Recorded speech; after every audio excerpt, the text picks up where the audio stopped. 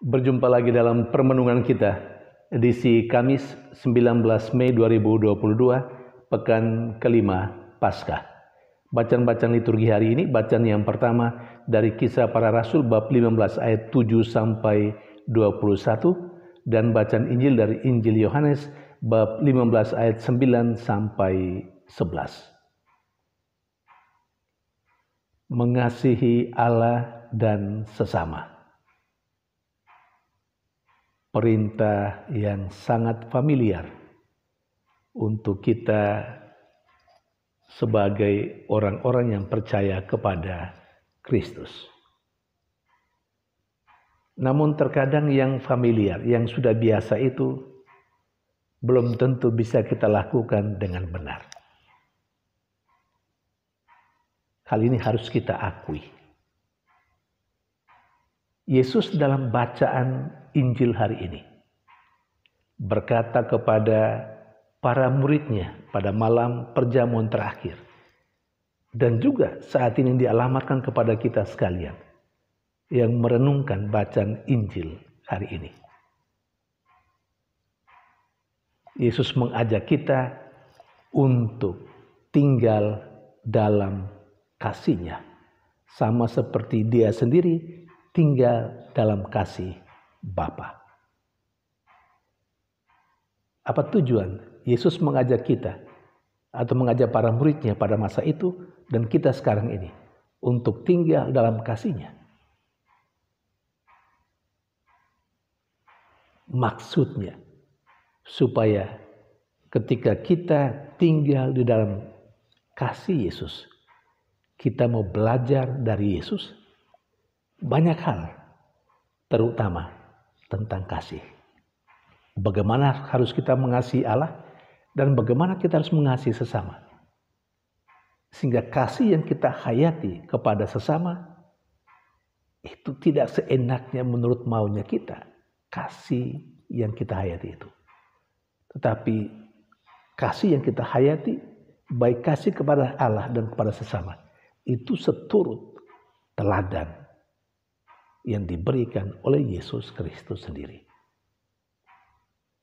Saudari dan saudara yang terkasih, kasih kepada sesama sangat perlu dalam kehidupan bersama untuk menciptakan kebersamaan dan persaudaraan. Ketika orang tidak mampu menghayati kasih secara benar menurut kasih Allah sendiri, kasih Yesus kepada manusia, maka yang terjadi adalah perseteruan, permusuhan, percecokan yang terus-menerus. Saudari dan saudara yang terkasih, secara teori, sebenarnya ketika kita dibaptis dalam nama Allah Tritunggal, ketika kita mengimani Yesus, saat itulah kita seharusnya sudah mulai tinggal bersama Yesus, tinggal dalam kasih-Nya, dan belajar dari Yesus bagaimana harus mengasihi Allah dan sesama. Tetapi sejauh mana masing-masing kita memahami, sejauh mana masing-masing kita menyadari bahwa ketika kita beriman kepada Yesus, kita sesungguhnya harus belajar dari Yesus dalam hal kasih. Seharusnya kita saat ini, sepanjang umur kita sebagai orang yang percaya kepada Kristus, mestinya juga sudah biasa mengasihi Allah dan mengasihi sesama persis seperti yang Yesus sendiri hayati dalam kehidupannya. Tapi apakah benar kita sudah mengasihi Allah dan mengasihi sesama kita seperti Yesus mengasihi kita? Kalau belum, Yesus terus mengajak kita untuk tinggal dalam kasih-Nya. Masalahnya terletak pada kita sendiri tidak mau tinggal dalam kasih Yesus dan tidak mau belajar dari Yesus. Saudari dan saudara yang terkasih, kasih kepada sesama dalam arti tertentu itu tidak membebaskan sesama dari semua yang perlu ia lakukan dalam kebersamaan, dalam kehidupan sebuah persekutuan. bacaan pertama hari ini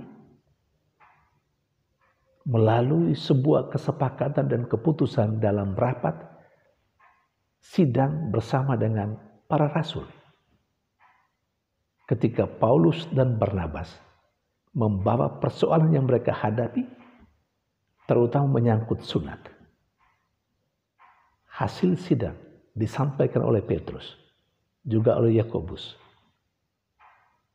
bahwa tidak boleh mempersulit orang-orang bangsa lain untuk kembali percaya kepada Allah.